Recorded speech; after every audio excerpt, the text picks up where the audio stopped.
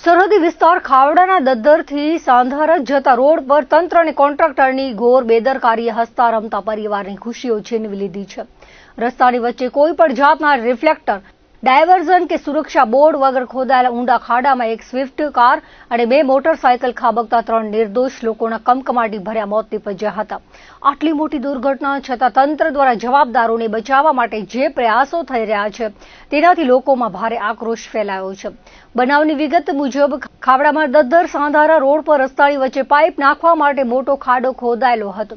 ભોગ બનનાર સમા ઇબ્રાહીમના જણાવ્યા અનુસાર રોડ પર કોઈ ડાયવર્ઝન કે બેરિકેડ ન હતા। સ્પીડમાં જતી ગાડી સીધી 6 ફૂટ ઊંડા ખાડામાં ખાબકી હતી।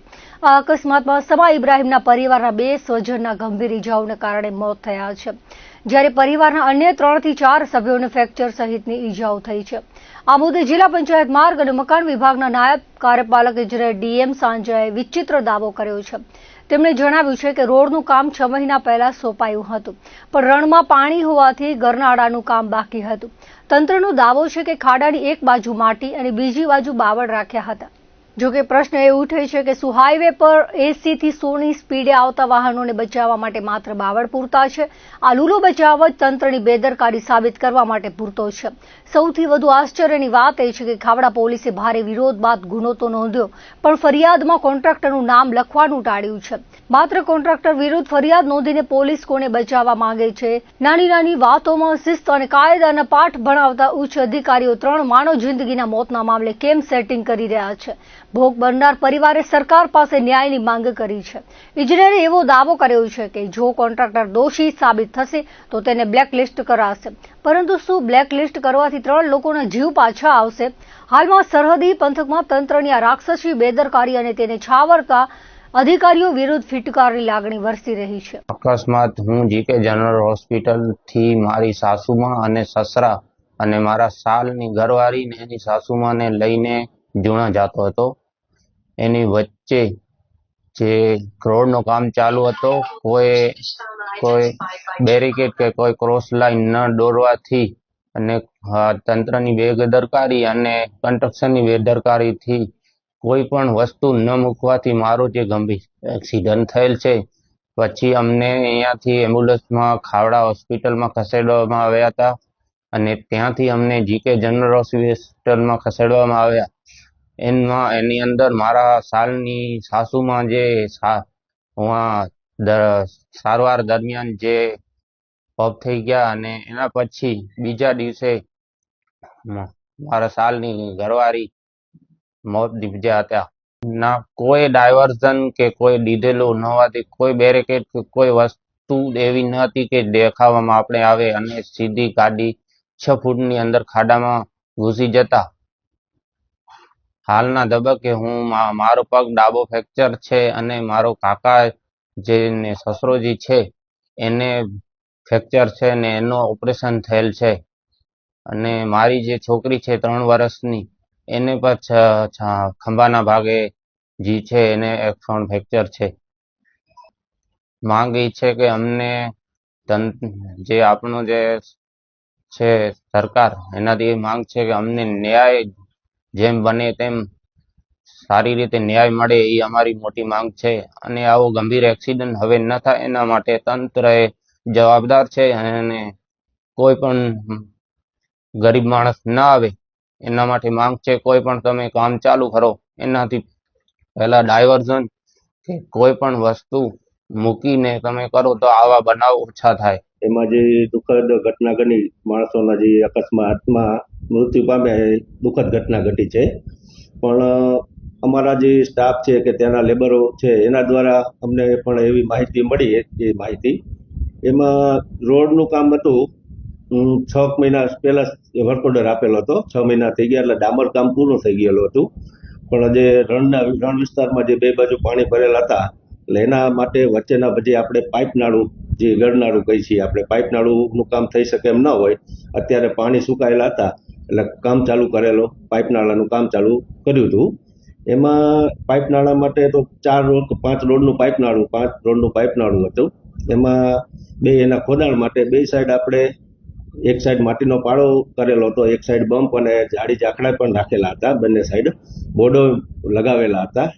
પણ હવે બનવા કાળ બન્યું હશે કે રોડ સારો બન્યો છે એટલે ગાડીની સ્પીડ પણ હશે વધારે અને કંટ્રોલ કદાચ ના થઈ શક્યો હોય એવું પણ બને. પણ એ તો હવે જે ઘટના સ્થળ બન્યું છે એ બહુ દુઃખદ બન્યું છે. પણ એની હવે તપાસ, આપણે જે ન્યાયિક તપાસ ચાલુ છે એમાં તપાસમાં જે હશે એનો સંપૂર્ણ સાથ અમે આપશું અને જે હશે એ આપણે એની નિયમ મુજબની કાર્યવાહી કરશું. આપણે સર, વાત કરવામાં આવે તો જો કોન્ટ્રાક્ટરની જવાબદારી જો ફિક્સ થાય તો શું એને બ્લેકલિસ્ટ કરવામાં આવે?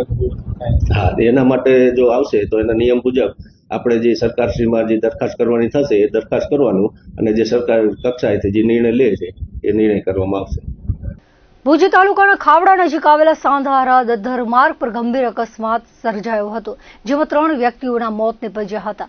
આ મામલે અખિલ કચ્છ મુસ્લિમ યુવા કોર કમિટી દ્વારા કલેક્ટર કચેરી તેમજ માર્ગ અને મકાન વિભાગમાં આવેદનપત્ર પાઠવી રજૂઆત કરવામાં આવી હતી, જેમાં પીડિતોને ન્યાય અપાવી જવાબદાર અધિકારીઓ અને કોન્ટ્રાક્ટર સામે કડક કાનૂની કાર્યવાહી કરવા માંગ કરાઈ હતી. આવેદનપત્રમાં આક્ષેપ સાથે જણાવાયું હતું કે સાંધારા ગામ પાસે માર્ગ અને મકાન વિભાગ દ્વારા ચાલી રહેલ કામગીરી દરમિયાન ગંભીર બેદરકારી રાખવામાં આવી હતી. સંબંધિત વિભાગના જવાબદાર ઇજનેર, સુપરવાઇઝર તેમજ કોન્ટ્રાક્ટર દ્વારા ગ્રામજનોની કોઈ પણ પ્રકારની પૂર્વ જાણ કરવામાં આવી ન હતી, તેમજ ગ્રામ પંચાયત સાથે પણ કોઈ સંકલન કરવામાં આવ્યું ન હતું. માર્ગ પર અંદાજે 10 થી 15 ફૂટ જેટલો ઊંડો ખાડો ખોદવામાં આવ્યો હોવા છતાં સ્થળ પર કોઈ પણ પ્રકારના બેરિકેડ, ચેતવણી સૂચક બોર્ડ, રિફ્લેક્ટર કે ડાયવર્ઝન વ્યવસ્થા કરવામાં આવી ન હતી. પરિણામે મોડી સાંજે પરત ફરી રહેલા એક સ્વિફ્ટ કાર આ ખાડામાં પડી જતા જૂણા ગામની 2 નિર્દોષ મહિલાઓ તેમજ સાંધારા ગામના એક યુવાનનું કરુણ મોત નીપજ્યું હતું, જ્યારે અન્ય એક વ્યક્તિ હાલ જીવન મરણ વચ્ચે સંઘર્ષ કરી રહ્યો છે. આ ઘટના કોઈ સામાન્ય અકસ્માત નહીં, પરંતુ સંબંધિત વિભાગ અને કોન્ટ્રાક્ટરની બેદરકારી, ફરજ પ્રત્યેની ઉદાસીનતા અને માનવ જીવન પ્રત્યેની સંવેદનશીલતાનું જીવંત ઉદાહરણ છે. જો માર્ગ સલામતીના પ્રાથમિક નિયમોનું પાલન કરવામાં આવતું હોત તો 3 નિર્દોષ લોકોના જીવ બચી શક્યા હોત. જાહેર માર્ગ પર આટલી જોખમી કામગીરી કરવામાં આવી હોવા છતાં સુરક્ષા વ્યવસ્થાનો સંપૂર્ણ અભાવ હતો, જે ગંભીર ગુનાહિત બેદરકારીના ક્ષેત્રમાં આવે છે. તેથી આ બનાવમાં માત્ર કોન્ટ્રાક્ટર જ નહીં, પરંતુ કામગીરીની દેખરેખ રાખનાર જવાબદાર અધિકારીઓ, ઇજનેરો અને સુપરવાઇઝર પણ સમાન રીતે જવાબદાર છે.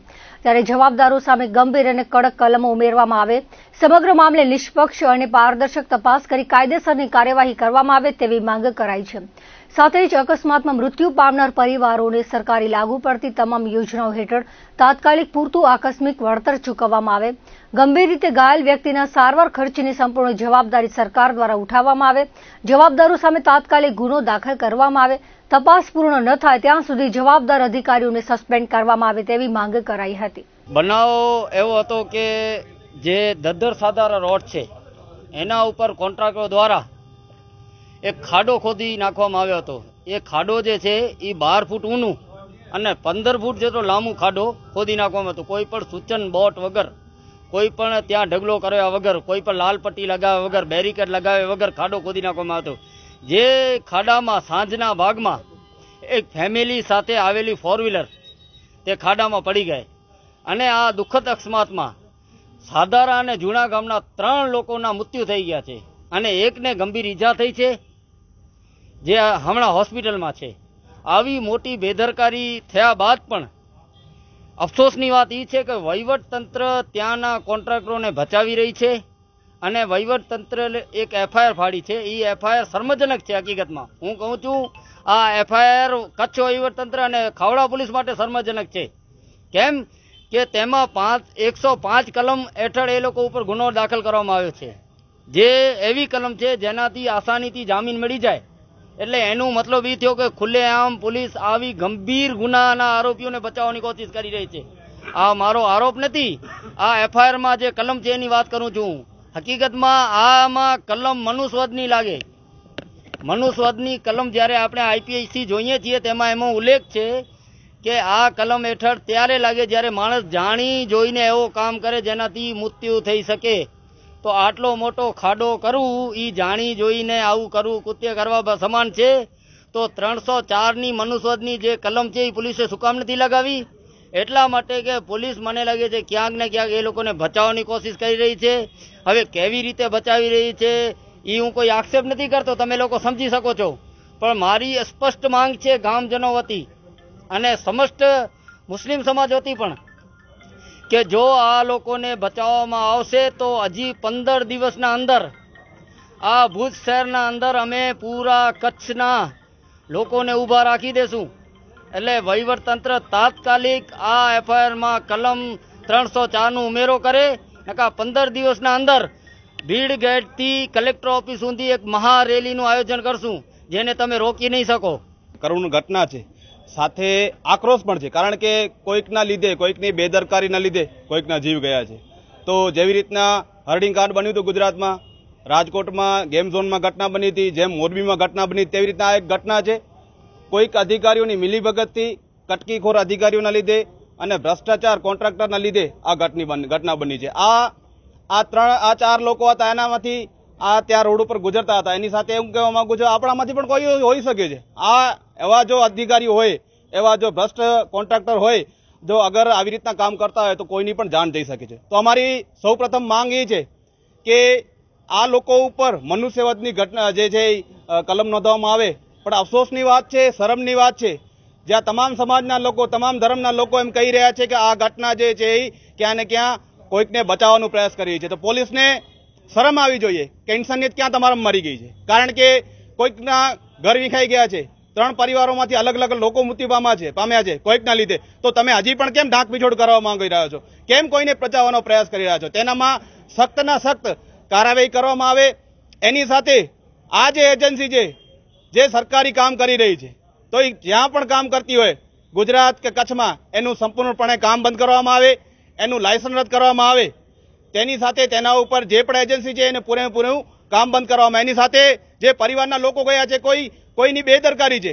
આ કામ તો સરકારનું જ હતું ને, આ જે રોડ બનાવી રહ્યું હતું. જેવી રીતના અન્ય જે ઘટનાઓ બને છે, હરડીકાંડ છે, ગુજરાતમાં જે અન્ય ઘટનાઓ છે જેનામાં સરકારે તેમને પૂરતો વળતર આપ્યો છે, તેવી રીતના અમારી માંગણી છે કે આ પણ તમારું કામકાજ હતું, તમારા કોન્ટ્રાક્ટર અને તમારા અધિકારીઓને લીધે થયું છે. તો આ પરિવારને સંપૂર્ણપણે જે સરકાર તરફથી જે સહાય મળવી જોઈએ. અન્યથા આ સાથે અમારી માંગણીઓ છે, દિવસ 15માં આ માંગણીઓ સ્વીકારવામાં નહીં આવે તો 16મા દિવસે અહીંયા ઉગ્ર આંદોલન કરવામાં આવશે. નખત્રાણા તાલુકાના વિથોડ ચાવડકા રોડ પર આવેલા કોલીવાસ વિસ્તારમાં અચાનક આગ લાગવાની ઘટના સર્જાઈ હતી, જેથી આ વિસ્તારમાં અફરાતફરીનો માહોલ સર્જાયો હતો. ઘટનાની જાણ થતાં તાલુકા પંચાયત સદસ્ય તાત્કાલિક ઘટના સ્થળે પહોંચી પરિસ્થિતિનો તાગ મેળવ્યો હતો. આગ વધુ ન ફેલાય અને કોઈ જાનહાનિ ન થાય તે માટે સ્થાનિક લોકોને સચેત કરવામાં આવ્યા હતા, તેમજ ઇમરજન્સી સેવા મારફતે ફાયર બ્રિગેડને જાણ કરવામાં આવી હતી. નખત્રાણા તાલુકામાં અગ્નિશામક વિભાગની પૂરતી સુવિધા ઉપલબ્ધ ન હોવાને કારણે ફાયર ફાઇટરની ટીમ છેક પાનદ્રોથી ઘટના સ્થળે પહોંચી હતી. ત્યારબાદ આગ પર કાબુ મેળવવાની કામગીરી હાથ ધરાઈ હતી અને ભારે જહેમત બાદ આગને નિયંત્રણમાં લેવામાં સફળતા મળી હતી. સ્થાનિક લોકોએ સહકાર આપી બચાવ કામગીરીમાં મહત્વપૂર્ણ ભૂમિકા ભજવી હતી. આ ઘટનાએ નખત્રાણા તાલુકામાં કાયમી અગ્નિશામક સુવિધાની જરૂરિયાત ફરી એકવાર ઉજાગર કરી છે. દેશભરના લાખો વિદ્યાર્થીઓની મહેનત અને ભવિષ્ય સાથે જોડાયેલી આ પરીક્ષાની વિશ્વસનીયતા પર પ્રશ્નો ઉભા થયા છે, જેના કારણે વિદ્યાર્થીઓ અને વાલીઓમાં ભારે રોષ અને ચિંતા વ્યાપી છે. નીટ જેવી રાષ્ટ્રીય સ્તરની મહત્વપૂર્ણ પરીક્ષામાં ગેરરીતિ થવા અત્યંત ગંભીર બાબત છે. આ મામલે કચ્છ જિલ્લા NSUI દ્વારા વિરોધ પ્રદર્શન કરી કલેક્ટરને રજૂઆત કરાઈ હતી.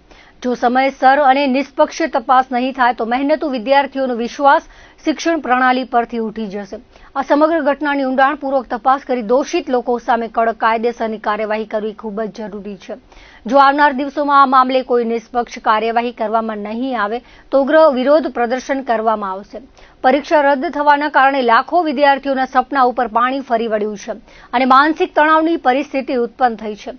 નીટ પેપર લીક મામલે તાત્કાલિક નિષ્પક્ષ તપાસ શરૂ કરવા, દોષિત વ્યક્તિઓ અને સંગઠનો સામે કડક કાયદેસરની કાર્યવાહી કરવા, વિદ્યાર્થીઓના હિત અને ભવિષ્યને ધ્યાનમાં રાખી પરીક્ષા પ્રક્રિયામાં પારદર્શિતા અને સુરક્ષા વધારવા જરૂરી પગલાં લેવા અને આવનારા સમયમાં આવી ગેરરીતિ ન થાય તે માટે મજબૂત વ્યવસ્થા ઊભી કરવામાં આવે તેવી માંગ કરવામાં આવી હતી.